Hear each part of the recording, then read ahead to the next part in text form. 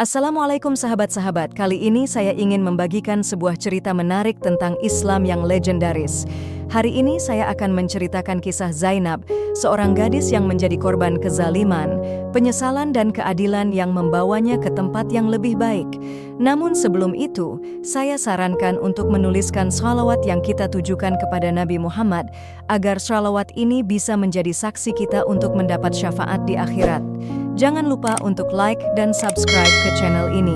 Dukungan Anda sangat membantu menyebarkan dakwah Islam dan semoga menjadi amal jariah untuk kita semua.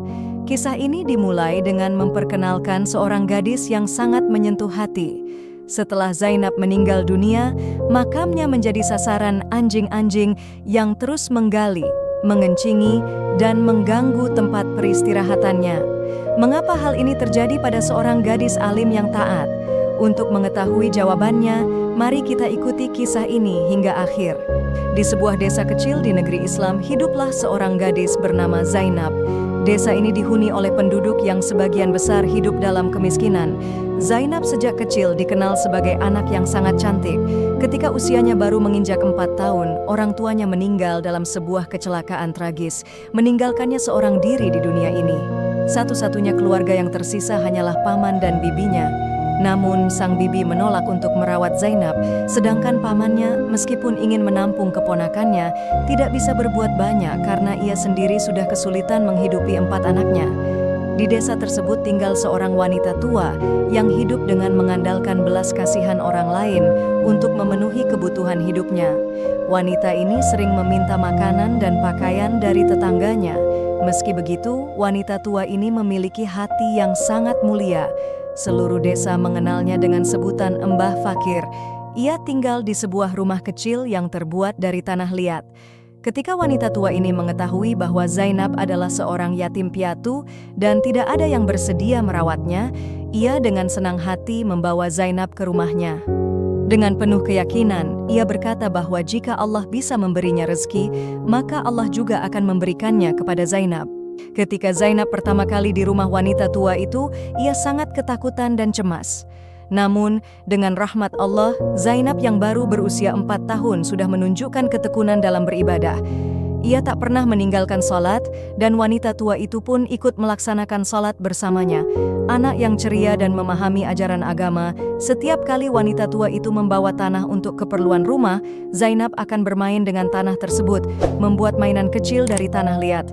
Suatu hari, Zainab meminta kepada wanita tua itu agar ia diizinkan belajar Al-Quran di madrasah.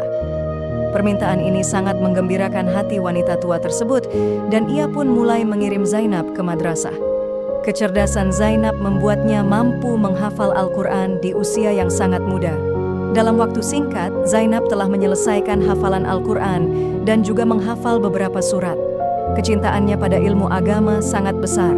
Meskipun rumah mereka kecil dan dindingnya rendah, Zainab selalu mengamati anak-anak yang pergi dan pulang dari Jamiah, sebuah sekolah Islam. Persahabatan Zainab dengan seorang anak perempuan dari Jamiah memperkuat tekadnya untuk menuntut ilmu. Anak perempuan itu sering bermain dengan Zainab dan mengajarinya apa saja yang telah dipelajari di sekolah.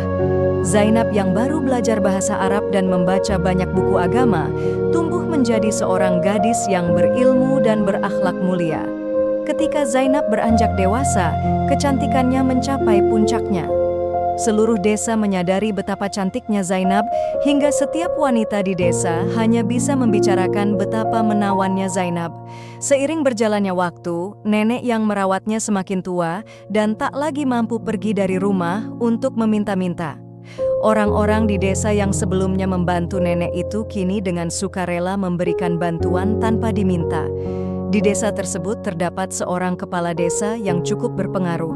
Ia datang kepada Mbah Fakir dan meminta agar Zainab dinikahkan dengan putranya.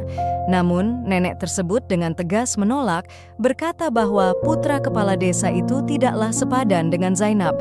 Kepala desa, meskipun memiliki kedudukan yang tinggi, adalah orang yang baik hati dan tidak memaksa, lalu pergi dengan tenang setelah mendengar penolakan itu. Kehidupan di desa tersebut memang penuh dengan kesulitan, terutama bagi mereka yang miskin. banyak dari mereka yang tidak mampu menyekolahkan anak-anak mereka di jamiah, sehingga mereka memilih untuk mengirim anak-anak mereka belajar Al-Quran kepada Zainab. Zainab pun tulus mengajarkan Al-Quran kepada anak-anak tersebut, disertai dengan ajaran-ajaran Islam lainnya. Saat Zainab mengajarkan anak-anak di rumahnya, ada seorang pemuda yang sering berdiri di luar dan mendengarkan setiap kata yang diucapkan Zainab. Meskipun pemuda itu mencoba melihat Zainab, ia selalu menemukannya dalam keadaan tertutup, menjaga kehormatannya. Seiring berjalannya waktu, pemuda ini jatuh cinta kepada Zainab. Cintanya yang dalam membuatnya mulai mengikuti jejak Zainab dalam beribadah. Ia mulai rajin salat 5 waktu dan menginginkan untuk mengirim lamaran kepada Zainab. Namun, ada satu hal yang membuatnya ragu, yaitu kenyataan bahwa ia memiliki cacat fisik, salah satu lengannya tidak sempurna. Ketika bulan Muharram hampir tiba, Zainab meminta kepada neneknya untuk mengizinkannya menjalankan puasa selama 10 hari pertama. Ia juga mengatakan bahwa jika kepalanya terasa sakit, neneknya harus membangunkannya untuk sahur. Namun, suatu hari Zainab meninggal dunia. Hatinya hancur, tetapi ia tak berhak mengekspresikan kesedihannya secara terbuka. Ida tak bisa menangis di depan orang lain dan tak tahu bagaimana menjelaskan perasaannya. Pada hari pemakaman Zainab, banyak orang yang datang untuk memberikan penghormatan terakhir. Namun tak seorang pun tahu apa yang sebenarnya menyebabkan kematian Zainab. Nenek yang merawat Zainab tak henti-hentinya menangis. Ia yang telah merawat Zainab sejak kecil kini harus merelakannya pergi di usia yang masih muda. Orang-orang yang datang mengungkapkan rasa simpatinya dan menyebut Zainab sebagai gadis yang sangat salehah. Pemuda yang mencintai Zainab terus meratapi kepergian Zainab. Ia merasa bahwa kehilangannya adalah yang paling besar dan menyesali bahwa ia tidak pernah menyampaikan perasaannya kepada Zainab. Kini semuanya sudah terlambat. Setiap hari ia datang ke makam Zainab dan duduk di sana, berbicara seolah-olah Zainab masih mendengarnya. Suatu hari, seperti biasanya, pemuda itu pergi ke makam Zainab. Namun kali ini ia terkejut melihat pemandangan yang sangat mengganggu. Seekor anjing sedang kencing di atas makam Zainab. Dengan marah, ia mengambil batu dan melemparkannya ke arah anjing tersebut. Baginya, tindakan anjing itu adalah penghinaan besar terhadap Zainab, seorang gadis yang sangat dihormati. Setelah itu, pemuda tersebut segera membersihkan makam Zainab. Sejak saat itu, pemuda tersebut rutin membersihkan makam setiap hari. Ketika ada yang melakukannya, ia selalu merasa tidak puas karena masih ada kotoran yang tersisa. Namun, cinta dan doa yang ia kirimkan untuk arwah Zainab tetap ada. Setiap hari, ia duduk di makam itu, membaca Al-Quran dan berdoa agar Zainab mendapatkan tempat yang layak di sisi Allah. Pemuda itu merasa bahwa menghadiahkan pahala dari bacaan Al-Quran adalah hadiah terbaik yang bisa ia berikan untuk Zainab setelah kepergiannya. Namun, ada satu hal yang terus menghantuinya, anjing-anjing liar yang datang ke makam Zainab setiap hari dan melakukan tindakan yang kotor. Pemuda itu heran karena hanya makam Zainab yang menjadi sasaran anjing-anjing tersebut. Ia berusaha membersihkan makam itu setiap hari, mengusir anjing-anjing itu dan membersihkan kotoran yang mereka tinggalkan. Tetapi anjing-anjing itu bukanlah anjing biasa. Mereka lebih mirip anjing liar yang sulit dikendalikan. Kadang-kadang, bau busuk yang menyengat keluar dari makam Zainab membuat pemuda tersebut merasa frustrasi. Kabar tentang anjing-anjing yang mengotori makam Zainab segera menyebar luas. Bahkan para ketua desa dan kepala desa mulai mendengar kabar tersebut. Mereka semua bertanya-tanya mengapa makam seorang gadis yang begitu saleh dan polos seperti Zainab terus-menerus menjadi sasaran keburukan. Namun, semua usaha untuk mencari jawaban sepertinya sia-sia. Akhirnya, pemuda itu memutuskan untuk menanyai seorang ulama yang bijak tentang apa yang sebenarnya terjadi. Ulama itu memberikan jawaban yang mengejutkan. Ternyata Zainab memiliki masa lalu yang penuh dengan kesalahan.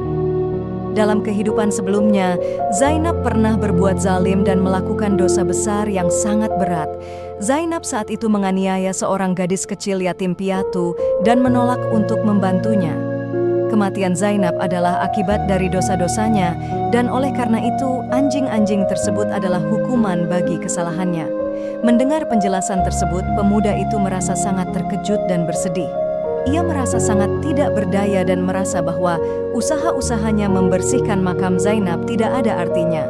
Namun ia tetap berdoa dan berharap bahwa amalan-amalan yang ia lakukan akan tetap diterima oleh Allah. Meskipun kenyataan sangat menyakitkan, pemuda itu terus berharap agar dosa-dosa Zainab dapat diampuni dan agar Allah memberikan ampunannya. Akhir cerita ini adalah pelajaran bagi kita semua. Apapun keadaan kita saat ini, tidak peduli seberapa besar kesalahan kita, Allah Maha Pengampun. Jangan pernah berputus asa dan teruslah berdoa dan berusaha untuk memperbaiki diri kita. Setiap amal kebaikan, sekecil apapun, akan mendapatkan ganjaran dari Allah. Semoga kita bisa mengambil hikmah dari kisah Zainab dan terus berusaha untuk menjadi pribadi yang lebih baik. Jangan lupa untuk like, subscribe, dan bagikan video ini agar kisah ini bisa menjadi pelajaran bagi orang lain. Semoga Allah memberkati kita semua. Wassalamualaikum warahmatullahi wabarakatuh.